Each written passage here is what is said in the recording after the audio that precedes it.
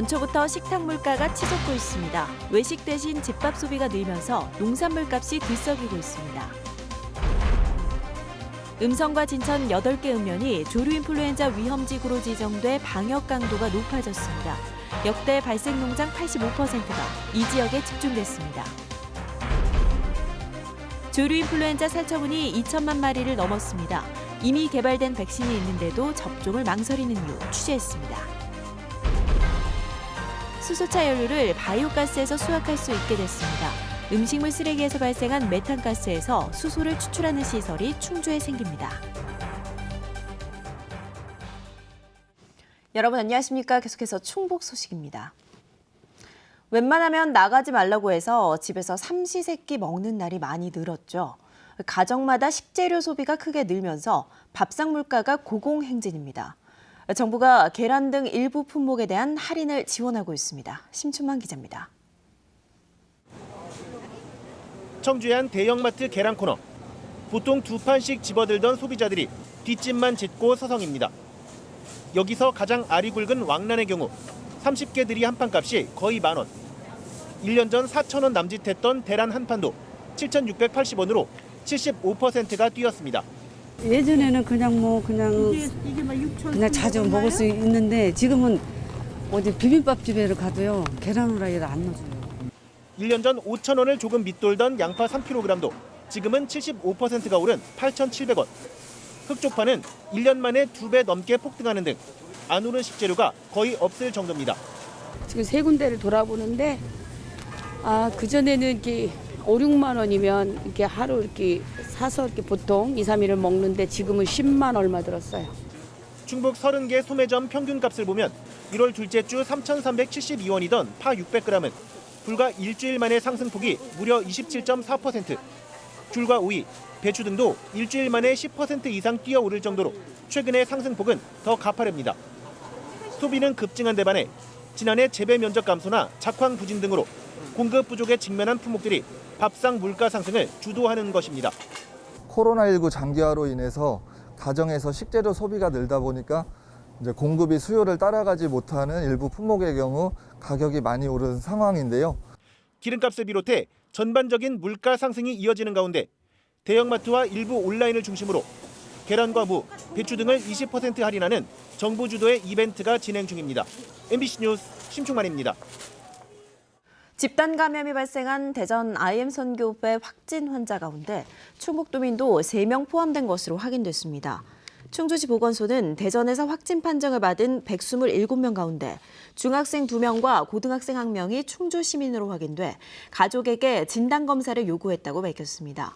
이들은 각각 지난 12일 이후 해당 선교회가 운영하는 IEM 국제학교 방학캠프에 참여했고 검사를 받기까지 시설 내부에서 생활한 것으로 전해졌습니다.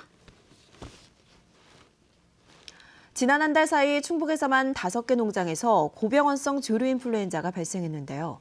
모두 음성군에 집중돼 있지만 진천과 충주, 청주에서도 야생조류 바이러스가 잇따라 검출돼 충청북도가 특별관리에 들어갔습니다. 이지현 기자입니다. 지난달 7일 고병원성 조류 인플루엔자 확진 농가가 나온 음성.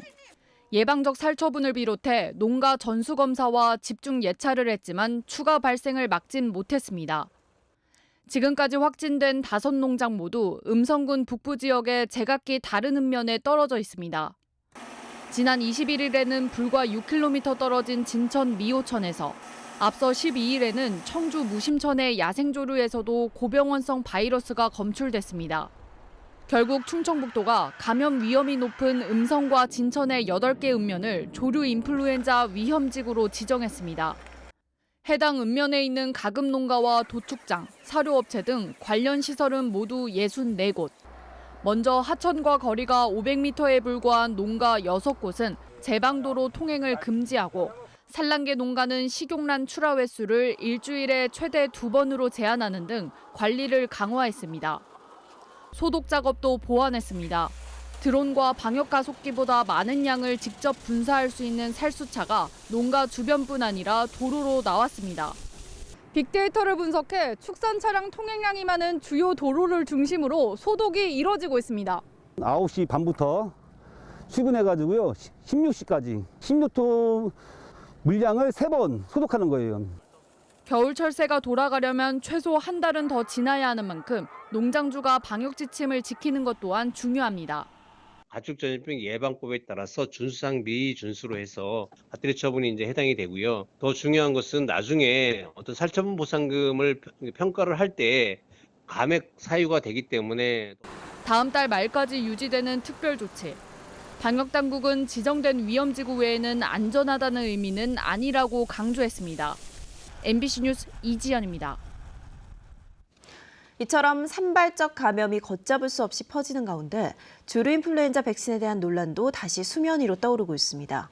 예방 목적으로 지난 한 달 동안 가금류 2천만 마리가 살처분됐는데 백신이 있어도 안 쓰고 있어서 언제까지 접종을 미룰 거냐는 목소리도 나오고 있습니다. 허지희 기자입니다. 우리나라는 조류 인플루엔자 백신 항원뱅크를 이미 2019년 마련해놨습니다. 대표적인 고병원성으로 알려진 H5N1과 H5N8형 개통군 2천만 마리분으로 모두 25억 원이 투입됐습니다. 또 전국 확산이 우려되는 경우로서 살처분이나 이동 제한 등 현재 조치로서 효과적인 통제가 어렵다고 판단되는 경우에 백신 접종을 검토하게 됩니다. 그러나 실제로는 한 번도 접종으로 이어지지 못했습니다. 바이러스 상존과 현재까지 우리나라에선 보고된 적 없는 사람으로 전파 가능성 때문입니다. 백신을 접종하면 폐사 등 임상 증상이 나타나지 않고 사람에게 전염시키거나 또 한편으로는 변이 발생 우려도 있습니다.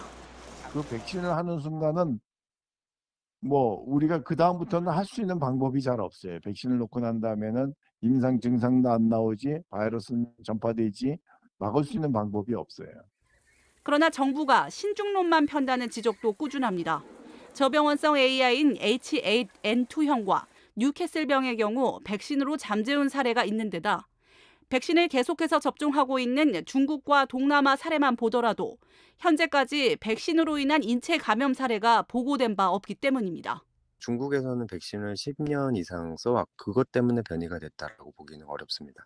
굉장히 고빈도 발병 국가에 속하거든요. 차단 방역만 가지고서 고병원성 인플루엔자를 막을 수가 없어요. 그래서 백신을 병행하는 게 따라서 다른 접종도 일반화돼 있는 상황에서 사육 기간이 긴 산란계와 종계만 일부 지역에서 시험적으로라도 접종해야 한다는 주장이 나오고 있습니다.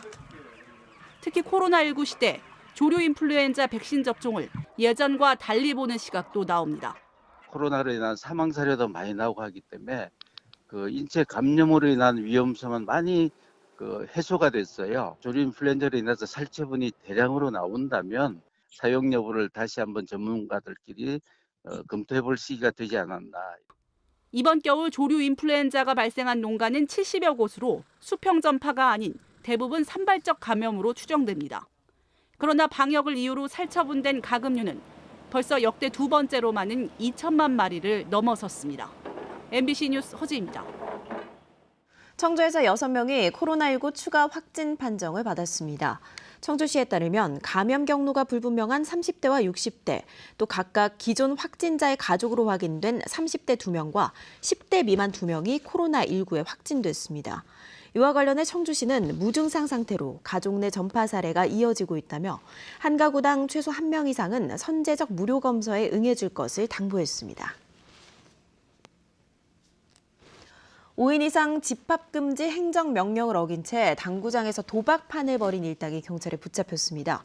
청주청원경찰서는 지난 23일 사직동의 한 당구장에서 카드 도박을 하던 50대 등 6명을 불구속 입건했습니다. 판돈은 10만 원 정도였고 우연히 당구장에서 만나 저녁 식사 내기를 했다고 진술한 것으로 전해졌습니다. 경찰은 모임금지 위반 사실을 관할구청에 통보했습니다. 음식물 폐기물에서 수소를 수출해 수소차 연료로 공급하는 수소 충전소가 국내에서 처음으로 충주에 들어섭니다.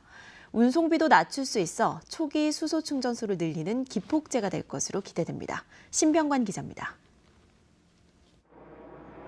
음식물 폐기물을 처리하는 과정에서 발생한 가스를 도시가스로 재활용하고 있는 충주 음식물 바이오 에너지 센터. 이곳에서 발생한 가스에서 고순도 수소를 추출해 수소차 연료로 공급하는 기술이 개발됐습니다. 국비 등 121억여 원이 투입된 사업에는 관련 기업과 고등기술연구원, 지자체 등이 공동으로 참여했습니다. 폐기물을 에너지로 전환하는 과정인데 그 에너지 역시 어떤 에너지로 쓰느냐가 관건입니다. 따라서 음식물에서 나오는 바이오가스를 수소로까지 연결할 수 있는 획기적인 기술이라 할 수 있겠습니다. 오는 5월 충주에 건립되는 수소 충전소는 하루 500kg의 수소를 생산합니다. 음식물 폐기물을 처리하면서 나오는 가스가 관을 통해 충전소로 보내져 수소를 만드는 방식은 전국에서 처음입니다. 다른 지역에서 생산된 수소를 가져오는 운송비를 줄이면서 저장에 대한 고민도 어느 정도 덜 수 있어 초기 수소 충전소 보급에 도움이 될 것으로 기대됩니다. 친환경적으로 생산을 하고 공급을 하면 운반비 쪽에서 상당히 다운이 되기 때문에 가격이 저렴한 것으로 이렇게 경제성 분석이 되고 있습니다. 현재 충북도 내 수소 충전소는 4곳, 수소차는 320여 대로 충전소 한 곳이 평균 80여 대를 맡고 있습니다. 수소차 보급에 적은 수의 수소 충전소는 걸림돌이 되고 있습니다. 음식물 폐기물에서 나오는 가스를 어떻게 재활용할지도 고민입니다. 두 가지 숙제를 한꺼번에 풀 수 있는 음식물 폐기물로 만든 수소로 달리는 수소차 시대. 그 진입을 충북이 앞두고 있습니다. MBC 뉴스 신병관입니다. 제4차 국가철도망 구축 계획에 충청권 광역철도망을 반영해달라는 요구가 충북지방의회에서도 이어지고 있습니다. 충북도 의회와 청주시 의회는 국가균형 발전과 행정수도 완성을 위해 청주도심을 통과하는 충청권 광역철도망이 시급하다며 국가계획에 반영할 것을 정부에 공동 건의했습니다. 신탄진과 조치원, 오송과 청주 시내를 거쳐 청주공항까지 있는 대형 사업으로 국가계획 반영 여부는 다음 달 초안 공개 전에 결정됩니다. 옥천 묘목축제가 코로나19 영향으로 지난해에 이어 올해도 취소됐습니다. 옥천구는 3월 말로 예정했던 묘목축제를 취소하고 온라인 묘목 판매 행사를 진행하기로 했습니다. 다만 개별 농원의 묘목 판매는 정상 진행합니다. 지역 상품권으로 구매하면 50만 원 한도에서 20% 할인되고 옥천군 홈페이지를 통해서도 비대면 묘목 판매를 지원할 예정입니다. 청주시가 책값 돌려주기 사업을 올해부터 추진합니다. 청주시는 4월부터 지역 서점에서 산 책을 3주 안에 읽고 반납하면 한 명당 매달 2권까지 책값을 전액 돌려주기로 했습니다. 반환된 책은 시가 구입한 뒤 청주시립도서관 11곳에 배치됩니다. 사업기간은 사업비 4천여만 원이 소진될 때까지로 수험서나 학생들의 참고서, 문제집 등은 대상에서 제외됩니다. 영동구도 체크카드형 지역화폐인 레인보우 영동페이를 출시했습니다. 영동구는 지난해까지 종이, 즉 지류형으로 발행했던 지역화폐를 카드 형태로 전환하고 올해 150억 원 규모로 발행해 오늘부터 사용이 가능하도록 했습니다. 레인보우 영동페이는 충전 금액의 10%가 할인되는 조건으로 개인당 한도는 월 50만 원입니다. 오늘 오전 8시쯤 충주시 주덕읍의 한 비닐 생산 공장에서 불이 나 2시간 만에 진화됐습니다. 다행히 인명피해는 없었지만 기계동과 설비 등이 불에 타 소방서 추정 12억 6천만 원의 재산 피해가 났습니다. 소방당국은 기계에서 불이 시작됐다는 진술을 토대로 정확한 원인을 조사하고 있습니다. 뉴스데스크 충북 소식 마칩니다. 시청해주신 여러분 고맙습니다.